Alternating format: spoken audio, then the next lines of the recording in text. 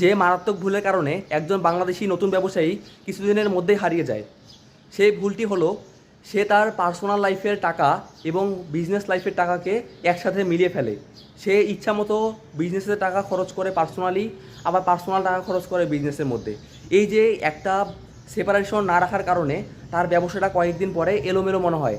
তার সেল কিন্তু ঠিকই প্রতিদিন হচ্ছে, কিন্তু সেই সেল থেকে লাভ কতটুকু হচ্ছে বা লস হচ্ছে কিনা বা ক্ষতি হচ্ছে কিনা, এই হিসাবগুলো কিন্তু সে ফিনান্সিয়াল ম্যানেজমেন্ট না জানার কারণে উল্টাপাল্টা করে ফেলে।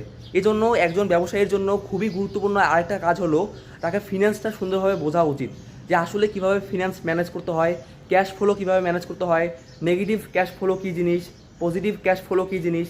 এই জিনিসগুলো যখন একজন বিজনেসম্যান না বুঝেই ব্যবসাটা শুরু করে ফেলে, তখন দেখা যায় কয়েকদিনের মধ্যেই তার মাথাটা এলোমেলো হয়ে যায়, যে আসলে তার ব্যবসা থেকে কি ভালো কিছু হচ্ছে না খারাপ কিছু হচ্ছে, না লাভ হচ্ছে না ক্ষতি হচ্ছে, সে নিজেই সেটা বুঝতে পারে না।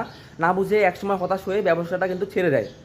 এর সলিউশন হলো, আপনার যখন ব্যবসাটা আপনি শুরু করবেন বা অলরেডি শুরু করেছেন, তখন থেকে আপনার উচিত হলো যে আপনার যে ফিনান্সটা আছে সেটা সুন্দরভাবে ম্যানেজ করা। যেমন আপনার যে বিজনেসটা আছে সেই বিজনেসের নামে আপনি সুন্দরভাবে একটা ব্যাঙ্ক অ্যাকাউন্ট ক্রিয়েট করতে পারেন।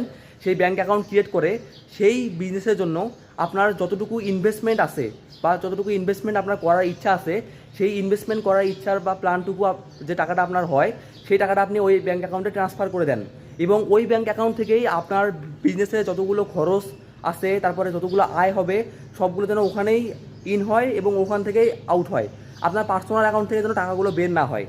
যখন আপনি এই জিনিসটা ম্যানেজ করতে পারবেন যে আপনার বিজনেসের টাকা এবং আপনার নিজস্ব টাকা এটা কখনোই এক জিনিস না, সেই দিন থেকেই কিন্তু আপনি আসল ব্যবসায়ী হওয়ার পথে হাঁটা শুরু করবেন।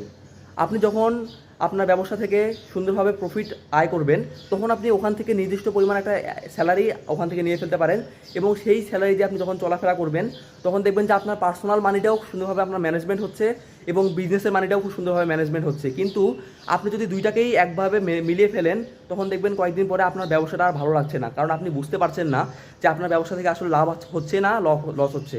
আর একটা মেজর কাজ, সেটা হচ্ছে আপনাকে প্রতি মাসের শেষেই আপনাকে হিসাব করতে হবে যে আপনার যে বিজনেসটা রানিং আছে সেই বিজনেস থেকে আপনার লাভ হচ্ছে না ক্ষতি হচ্ছে। এটা আপনাকে প্রতি মাসেই ঠিক দেখতে হবে, দেখে ওখান থেকে আবার ইমপ্রুভ করতে হবে।